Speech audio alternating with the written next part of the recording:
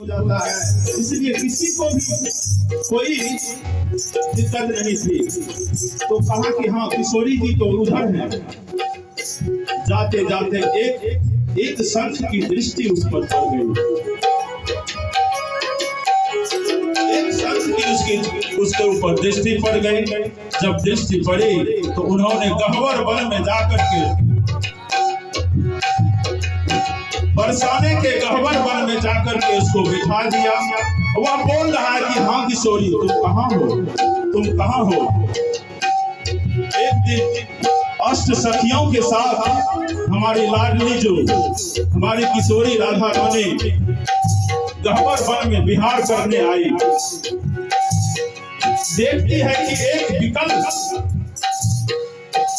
आदमी विकल हो रहा है, हाँ किशोरी पुकार रहा है।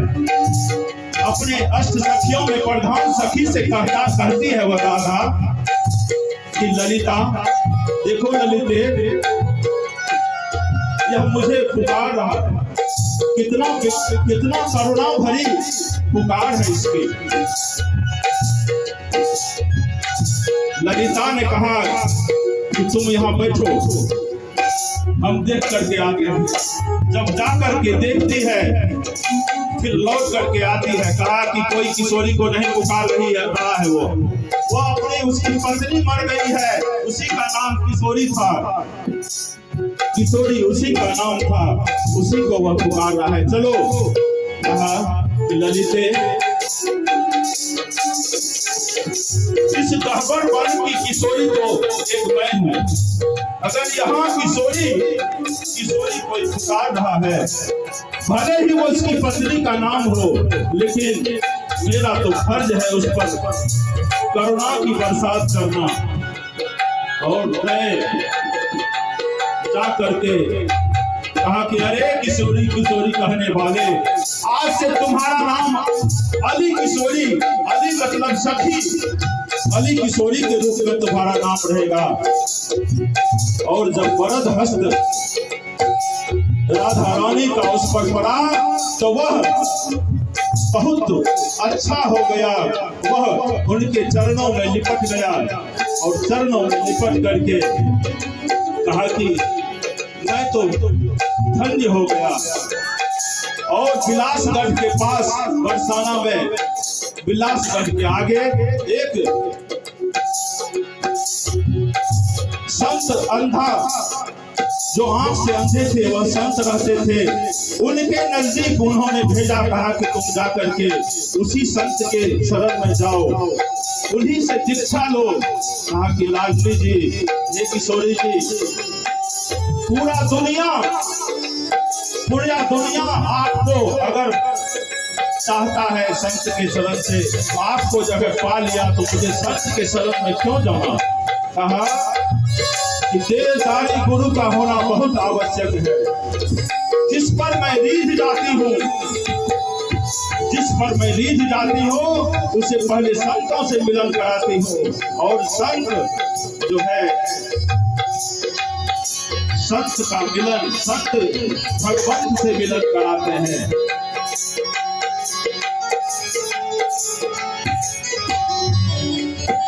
तब जाकर के उन्होंने गुरु दीक्षा ली और जाकर के वही अली किशोरी के रूप में प्रकट हुए। वहां बरसाने में बहुत बड़े पद को उन्होंने लिखा, आज भी उनके पद को गाया जाता है।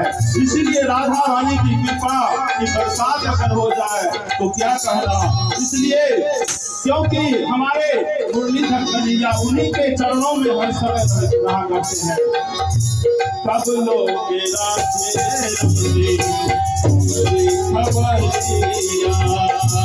कब लोग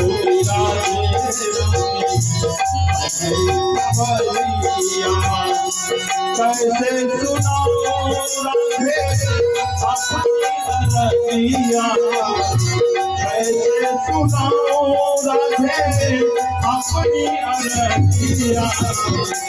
कब लोग हमारी खबरिया।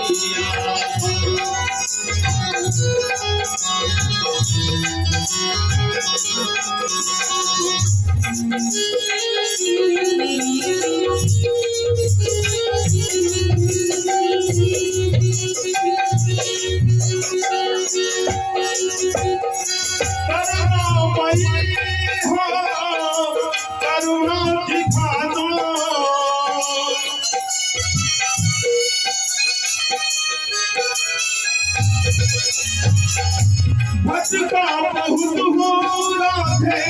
रास्ता दिखा दो।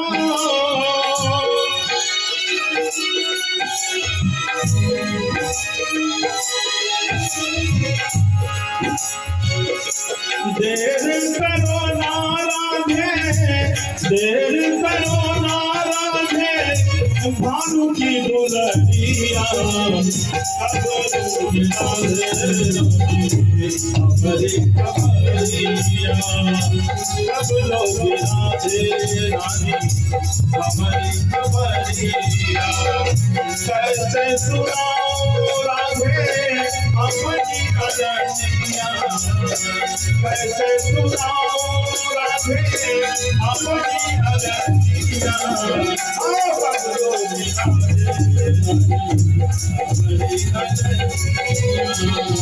कब लोगी राधे रानी हमारी खबरिया।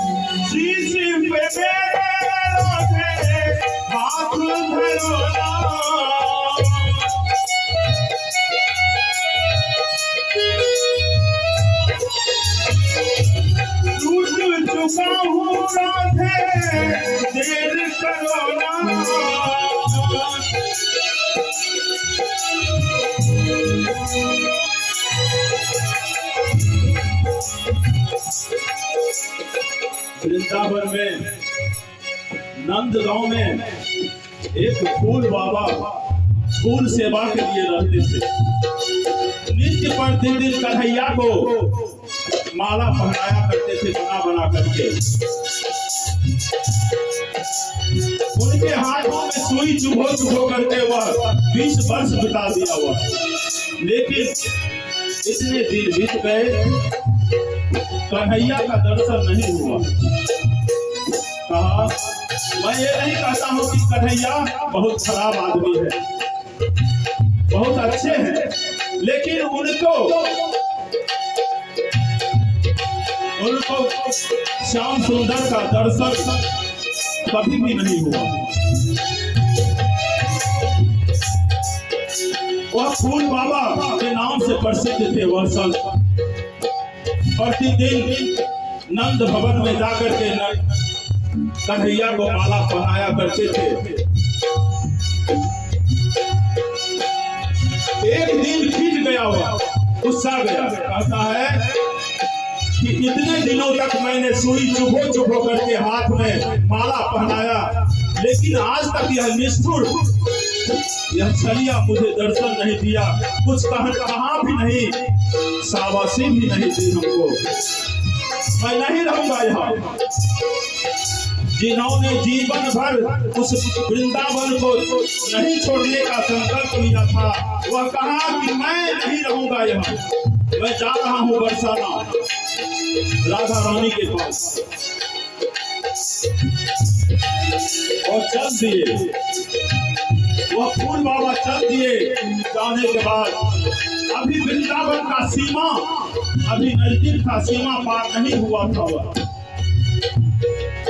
जब देखते हैं कि सीमा पार नहीं हुआ, तो अचानक बहुत से गाय की झुंड उनको घेर लिया।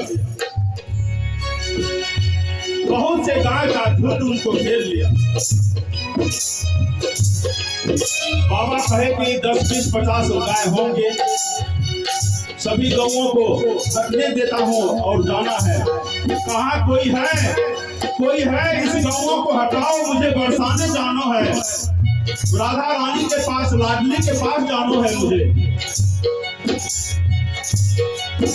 उस देश के बाद एक छोटा सा बालक